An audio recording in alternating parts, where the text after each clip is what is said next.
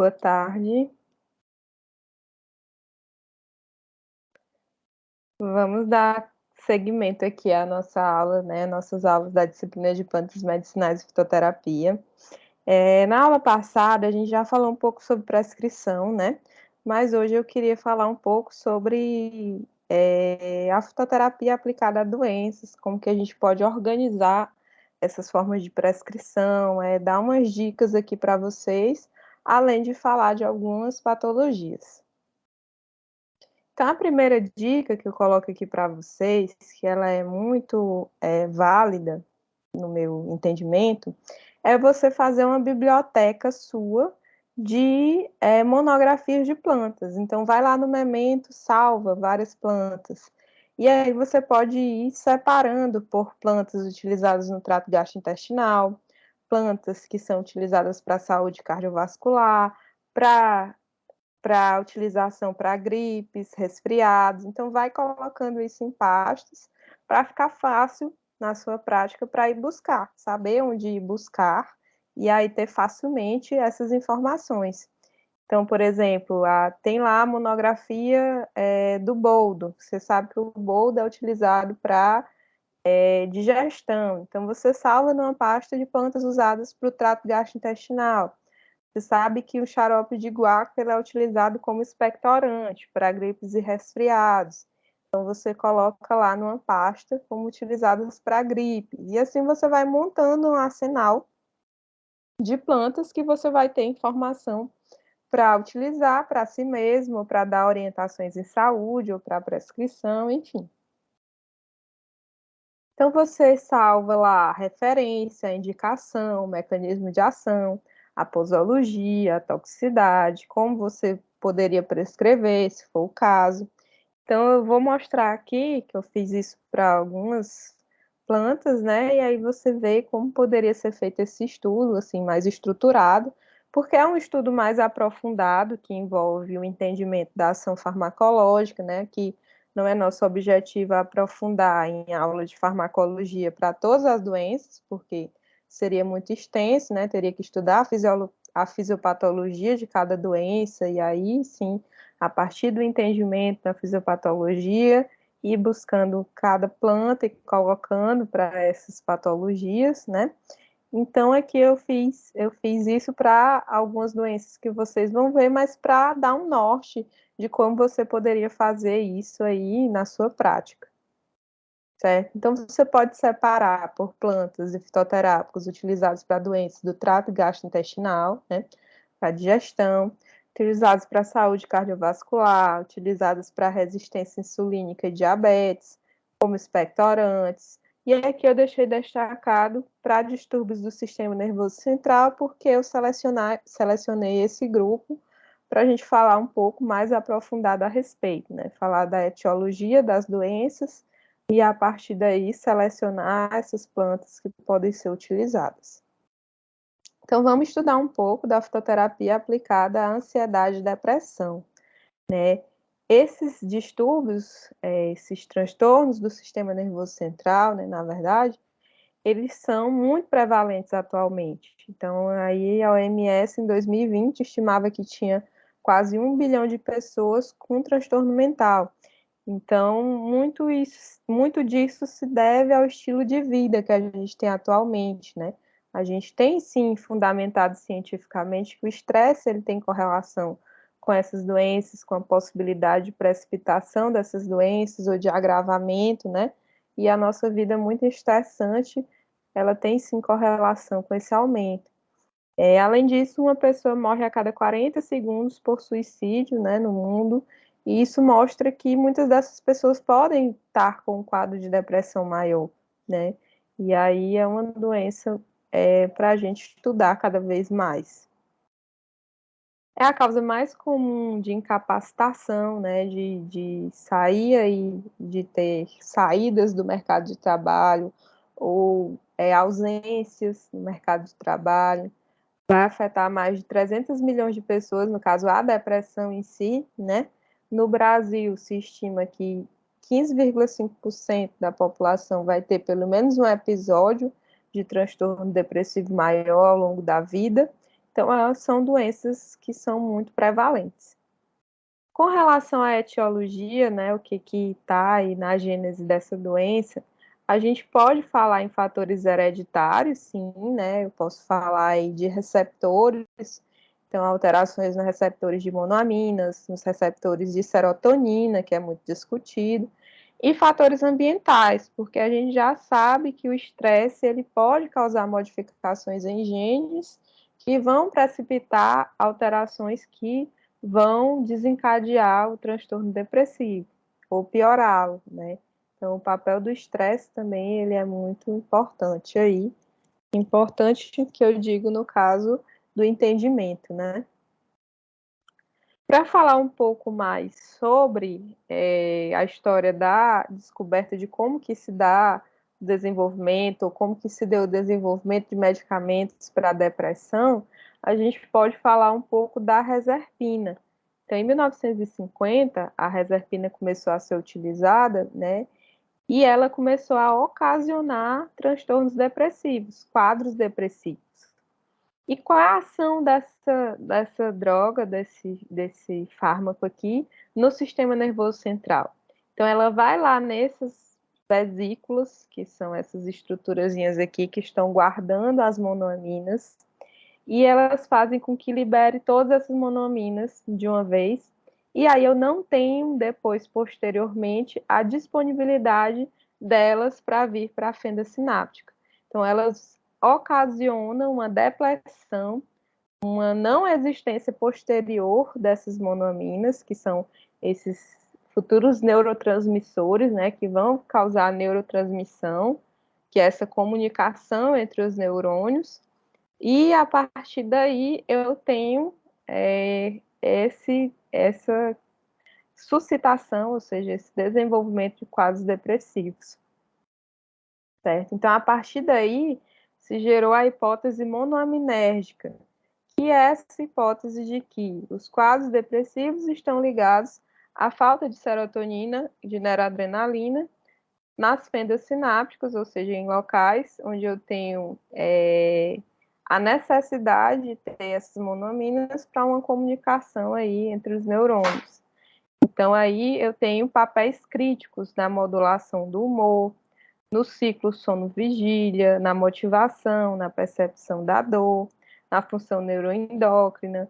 Então, se eu tenho esses papéis críticos modulados por esses neurotransmissores, a falta deles vai ocasionar esse quadro depressivo maior, certo?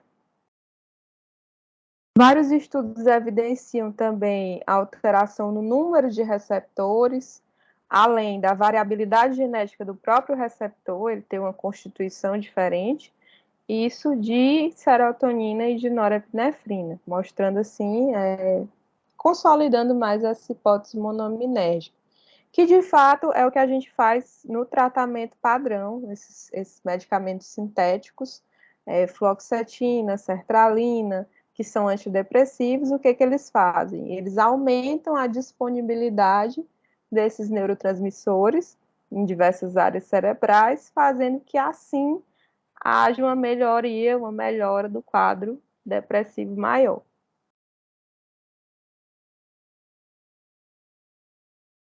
Falando da sintomatologia, pessoal, é importante dizer que, assim, a depressão, ela envolve o humor depressivo, mas ela não é tão somente o humor depressivo. Então, muita gente acha que passa uns dias ali com humor depressivo e ela tem depressão. Não é assim, né? É um quadro complexo que envolve, além do humor depressivo, tem a incapacidade de sentir alegria, desinteresse, apatia, dificuldade de concentração, sentimentos de culpa, alteração do sono e do apetite. Então, é um quadro que envolve diversos sintomas, né? O Manual Diagnóstico e Estatístico de Transtornos Mentais, ele faz até aqui esse destaque que deve ter um desses dois sintomas, que é o humor deprimido e a apatia, perda de interesse, ou 4 ou mais desses sintomas, que envolve aqui aqueles outros que eu falei para vocês, alteração do peso, transtorno do sono, culpa, fadiga. Então, assim, é um quadro que ele tem vários sintomas, né, para ser diagnosticado. Precisa de uma busca ativa por sintomas. Então, é o profissional que está analisando se a pessoa, de fato, ela tem um transtorno depressivo maior, buscar esses sintomas, se a pessoa tem esse quadro aí.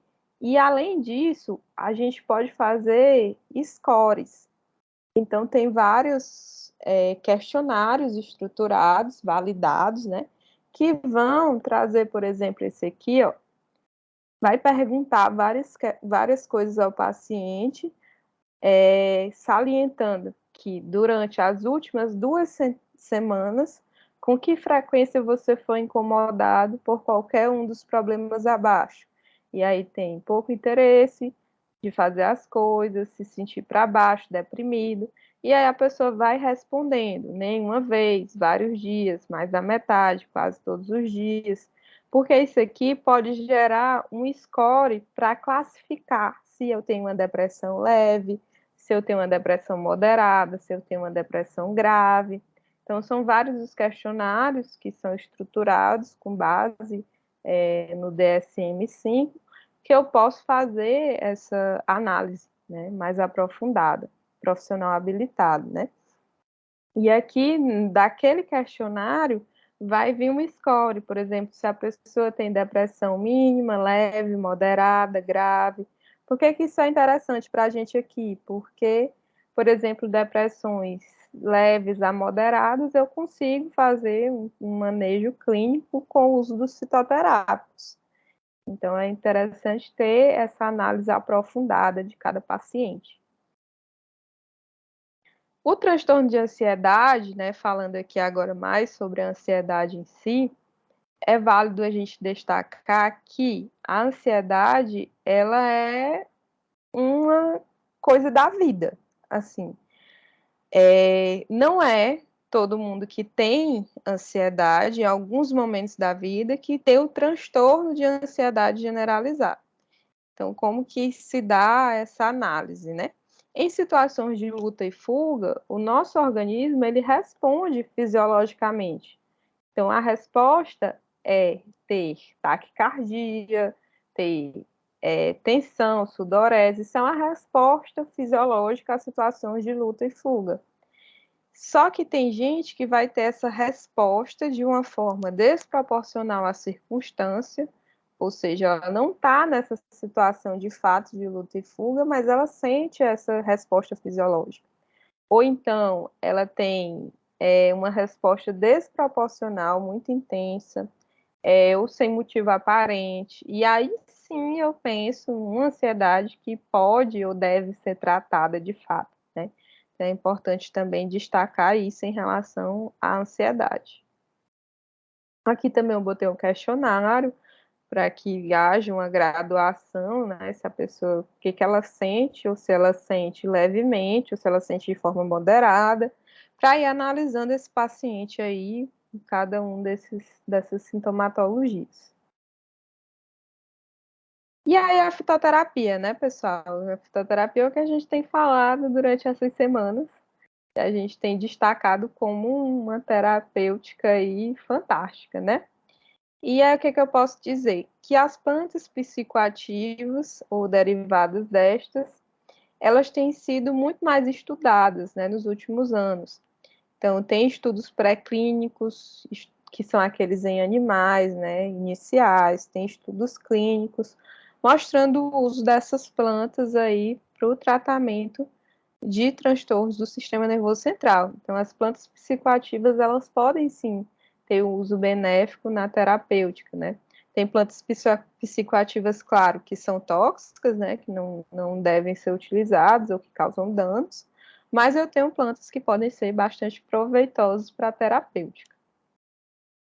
Então, eu escolhi falar aqui para vocês da cava-cava, da erva de São João, do maracujá, a famosa passiflora incarnata, né, que a gente tem bastante conhecimento cotidiano, e da valeriana officinalis. Então, vamos ver um pouco sobre elas, e aqui eu destaquei a parte do memento, como buscar as informações para, assim, vocês entenderem como fazer isso para as diversas doenças que vocês querem trabalhar, né? Então, tem gente que às vezes se especializa na fitoterapia só para o emagrecimento, tem muitos nutricionistas. Outras pessoas vão atuar mais para doenças do sistema nervoso central, para ansiedade, para depressão. Então, você pode se aprofundar da forma como eu estou exemplificando aqui para qualquer patologia que você queira aí se aprofundar, certo? Então, começando aqui pela erva de São João, né? O nome dele aí é o hipérico perforato, o nome científico da espécie, essa plantinha aqui, que está mostrando essas flores amarelas. Então, aqui é a planta in natura, aqui é a droga vegetal, que eu já expliquei para vocês já sabem que a droga vegetal é a planta, depois que foi seca, estabilizada, né, triturada. Essa planta, eu utilizo a planta inteira com a parte aérea florida, então é muito interessante que você tem que buscar essa informação lá no compêndio oficial. Qual é a parte utilizada? Porque às vezes a parte que você tem os ativos é na casca, então você não pode usar a folha, você tem que usar a casca. Às vezes o que tem os ativos em maior quantidade são as raízes, às vezes são as flores, então você tem que olhar lá qual é a parte utilizada. A indicação, tratamento dos estados depressivos leves a moderados. Então tem lá já dizendo que você pode fazer o manejo clínico de depressão leve a moderada com a erva de São João, ou hipérico. Aqui são artigos, eu sempre separei aqui artigos de meta-análise, que são aqueles que eu disse para vocês, né, que fazem a análise de diversos estudos clínicos e vai comparar se há diferença estatística ou não entre esses estudos, para de fato consolidar se há uma evidência científica alta para algum fato, né? Aqui a gente está mostrando o uso das plantas medicinais. Então, esse estudo aqui de meta-análise foi comparar artigos que traziam tratamentos com o hipérico, comparando esse tratamento com o tratamento com inibidores seletivos da recaptação de serotonina, que são aqueles lá, fluoxetina, sertralina, paroxetina, esses que são utilizados aí sinteticamente, né? Então, lá no artigo tem uma tabela mostrando como foi feito o estudo, né, o número de pacientes, se era depressão moderada, o grau de depressão, tempo de tratamento. E ao final dessa análise, de forma geral, o que ele mostrou é que há sim um uso que ele é significativamente comparável aí, eficaz e comparável, do hipérico em relação aos inibidores seletivos da recaptação de serotonina, né? Além disso, teve mais retirada da medicação devido a efeitos adversos com os medicamentos sintéticos. Então, se houve mais retirada, é porque eles estavam sentindo mais efeitos adversos ao ponto de abandonar a terapia com os medicamentos aí mais utilizados, que são esses sintéticos, né? Então, isso mostra uma boa perspectiva do uso do hipérico aí da erva de São João para a depressão. Aqui tem os ativos, né? Então, são antraquinonas, principalmente a hipericina. Então, como eu falei para vocês, a planta tem um metabolismo primário, que a gente usa esses produtos na alimentação, e tem um metabolismo secundário. É nesse metabolismo secundário que cada planta vai ter compostos que são próprios dessa planta, né? Então, o boldo, ele tem a bolgina. Aqui, a gente tem o hipérico, que vai produzir hipericina, que vai ter esse efeito farmacológico que a gente está mostrando. É claro que não é ele sozinho que tem o efeito farmacológico. Como a gente tem uma matriz complexa, que tem vários ativos ali vegetais, eles agem em conjunto. Então, ali eu tenho essas antraquinonas, mas tenho também xantonas, óleos voláteis. Então, não é o nosso objetivo aqui aprofundar em cada classe química dessa, né? porque não é necessário aprofundar em cada classe química para entender cada estrutura, né, a menos que você vá enveredar por essa área aí, mas é dizer que tem a padronização desses metabólitos secundários para cada planta.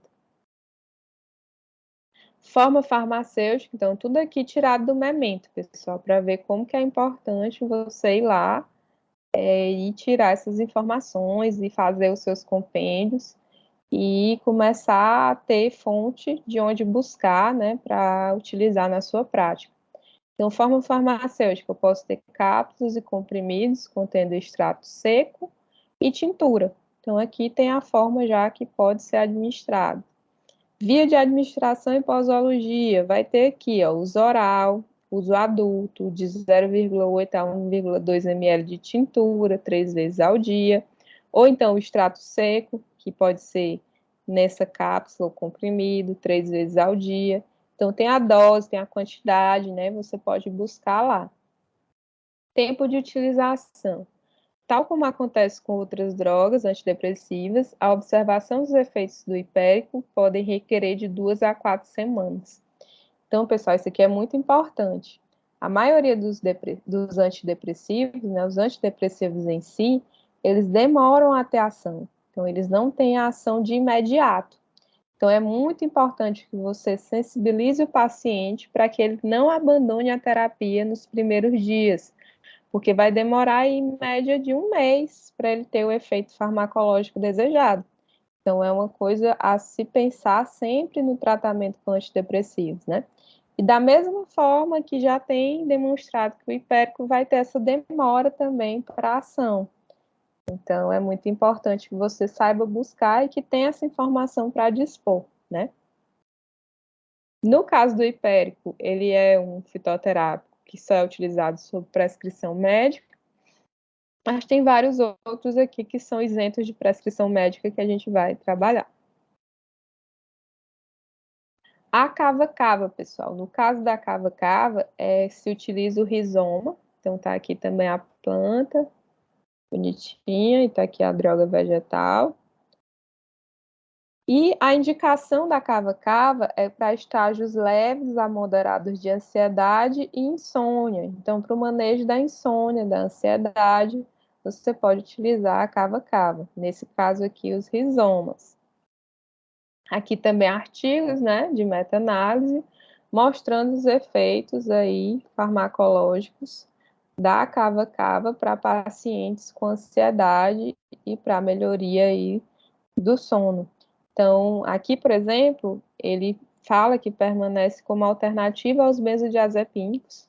Os benzodiazepínicos, pessoal, são aqueles bromazepam, alprazolam, diazepam, que têm ação na ansiedade. Então, são utilizados para a crise de ansiedade em si ou para a melhoria do sono, para a indução do sono.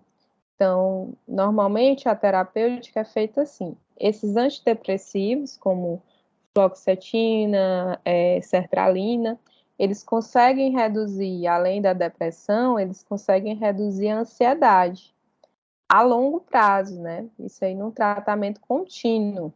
Então, eles são muito utilizados. Já esses benzodiazepínicos, alprazolam, bromazepam, são eficazes para induzir o sono e na crise de ansiedade. Quando a pessoa está com aquela crise de tremores excessivos, taquicardia, eles podem ser utilizados.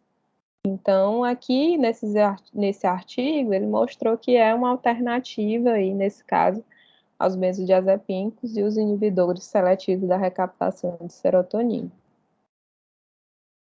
Vias de administração e posologia, que vai ter também, e vai ter, ó, dose diária, droga vegetal extratos, equivalente de 60 a 210 miligramas de cavapironas. O que é a cavapirona? São os marcadores. Já falei em outra aula para vocês, né? A droga vegetal, ela sofre a padronização em um marcador.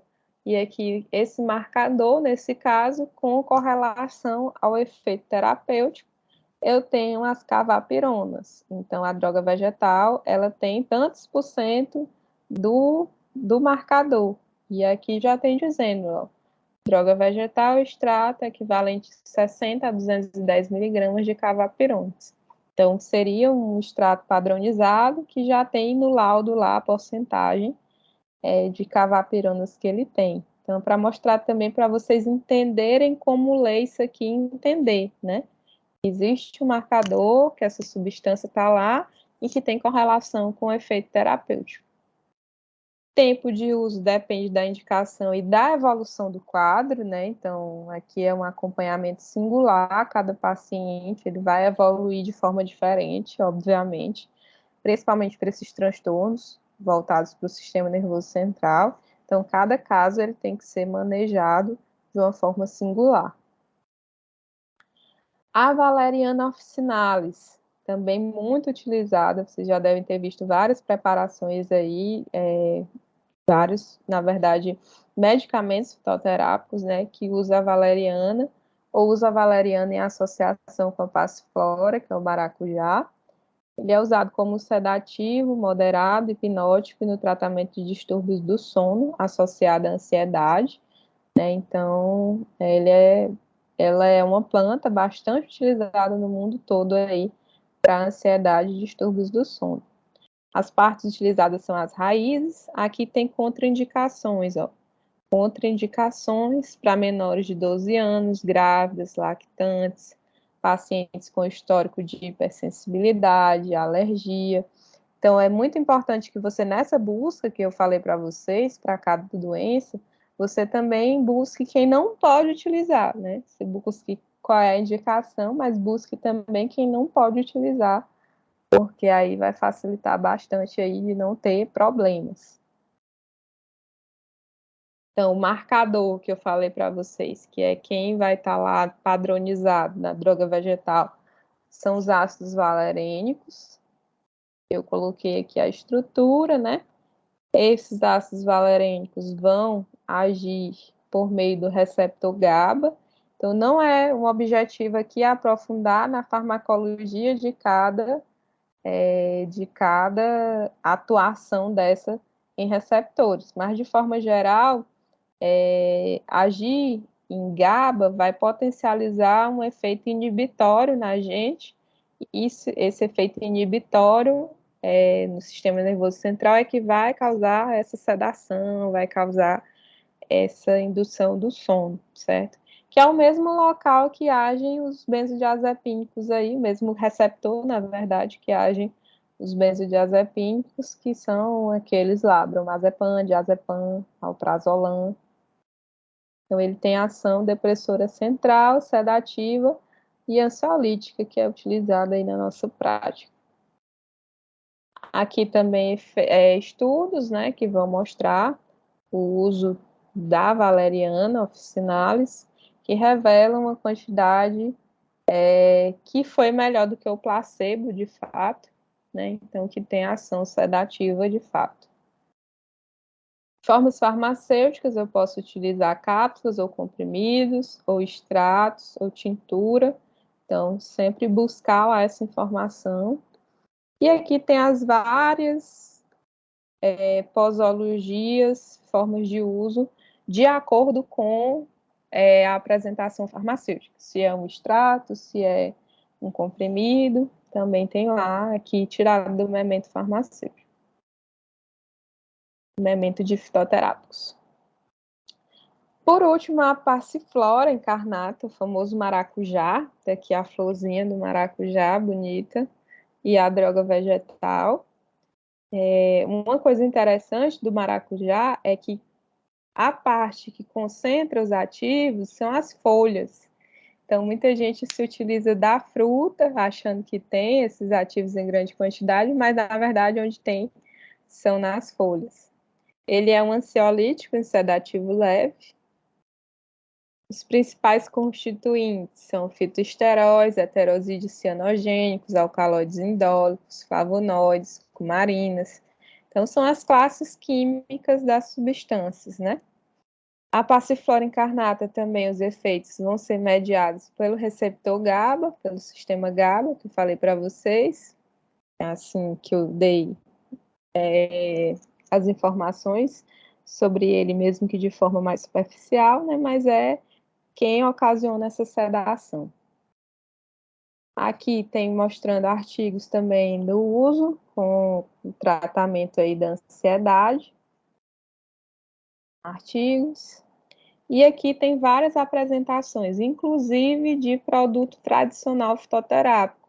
Então, a gente já estudou, né, que existe a possibilidade de registrar como produto tradicional fitoterápico.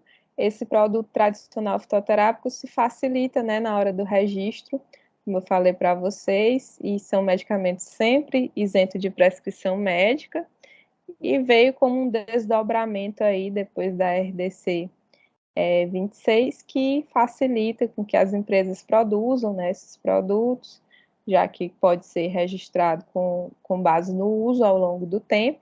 E aqui vocês já devem ter até utilizado, muitas vezes, um produto tradicional fitoterápico aí, com base na passiflora, e nem sabem, né? Mas só mostrando, tem diversas apresentações também de fitoterápicos em si, de medicamentos, e aqui tem as vias de administração e posologia, que são as mesmas informações, né? Só tem aqui as prescrições, as precauções de uso. Não é recomendado em gestantes, lactantes, alcoolistas, diabéticos, crianças de 3 a 12 anos devem passar por orientação médica, então buscar essas informações.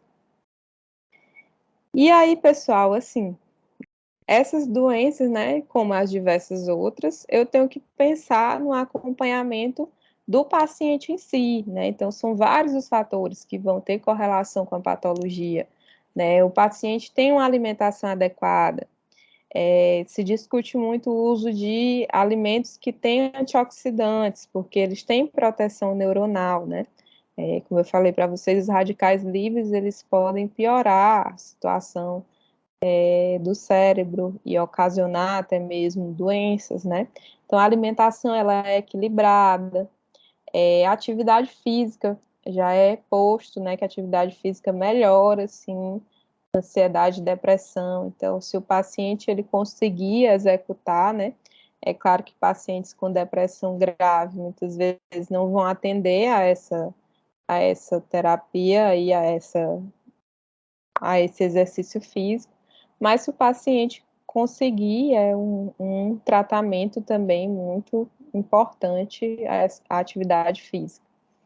E a psicoterapia, né, que também é um tratamento para acompanhar esses pacientes. Então, é ver as diversas vertentes da vida dele para que, de fato, haja uma cura do paciente, haja uma melhoria significativa, né? Não é ver um receptor, o receptor tal. Não, é ver o paciente e a complexidade que ele é, né? Esse indivíduo em sua complexidade, os diversos aspectos da sua vida, né? Até mesmo o que está causando os adoecimentos.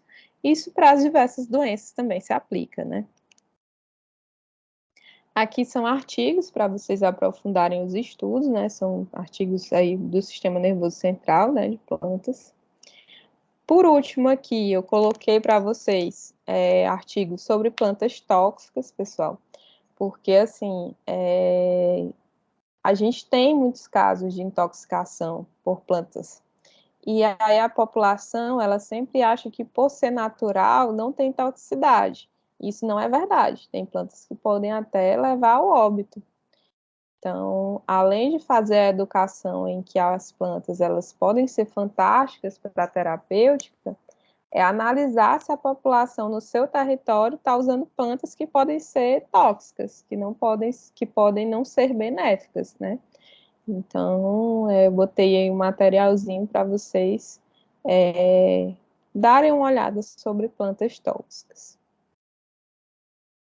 Por fim, né, eu deixo o questionamento aí, a provocação. Vamos aplicar a fitoterapia na prática terapêutica. Então, a gente discutiu muito aqui sobre o tema, como que podem ser utilizadas as plantas para a cura de doenças, que essa terapêutica ela é muito importante, né? Ela deve ser mais valorizada. A gente viu as políticas novas, as RDCs, a gente estudou sobre como utilizar, como prescrever, quando prescrever, onde buscar informações.